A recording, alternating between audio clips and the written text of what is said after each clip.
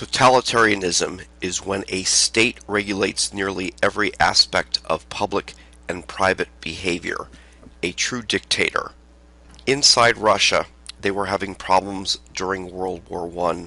They could not get aid from the Allies. Soviet troops were doing poorly on the front.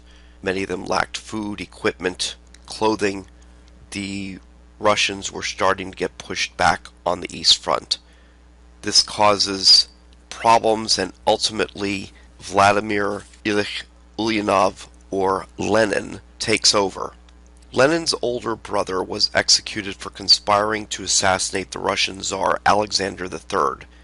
Lenin had been attending different schools for law, but was always in trouble with the law.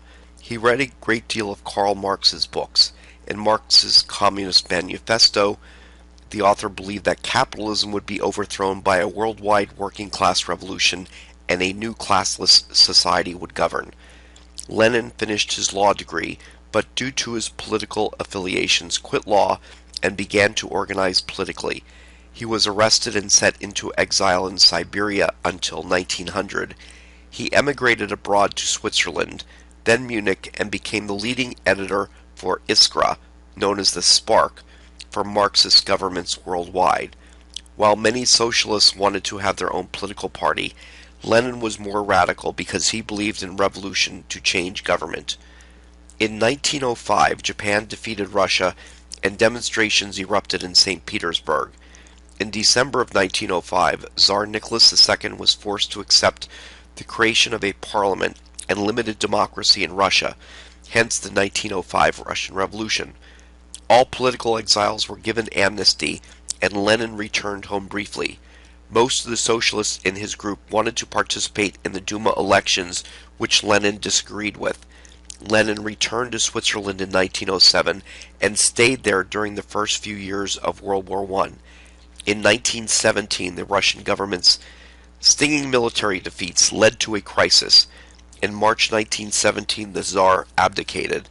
Lenin did not want a new liberal government in power. He wanted full revolution. The French and Italians, allies with Russia, refused to allow Lenin through their borders.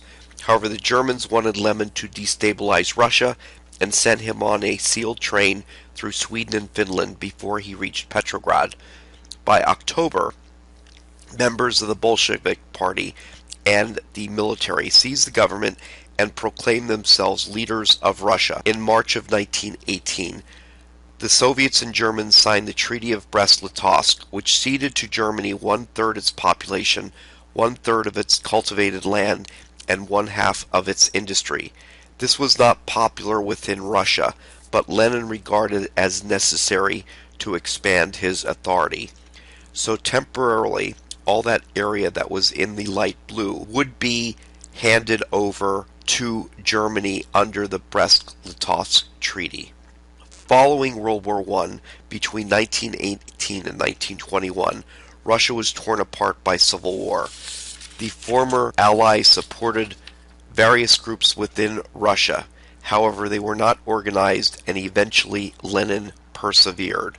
The Soviet Union would gain some territory back from Brest-Litovsk, notably the Ukraine, but notice these areas that are in the darker blue: Finland, Estonia, Latvia, Lithuania, Poland, as well as Bessarabia, were lost from the Soviet Union and became parts of independent countries, or as in Bessarabia, became part of Romania.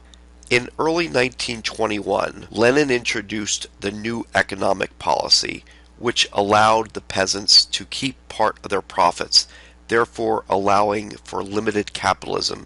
However, late that year, Lenin suffered a stroke and had a more severe occurrence in 1922. Joseph Stalin became a rival to Lenin, but after Lenin died in 1924, Stalin became the new leader.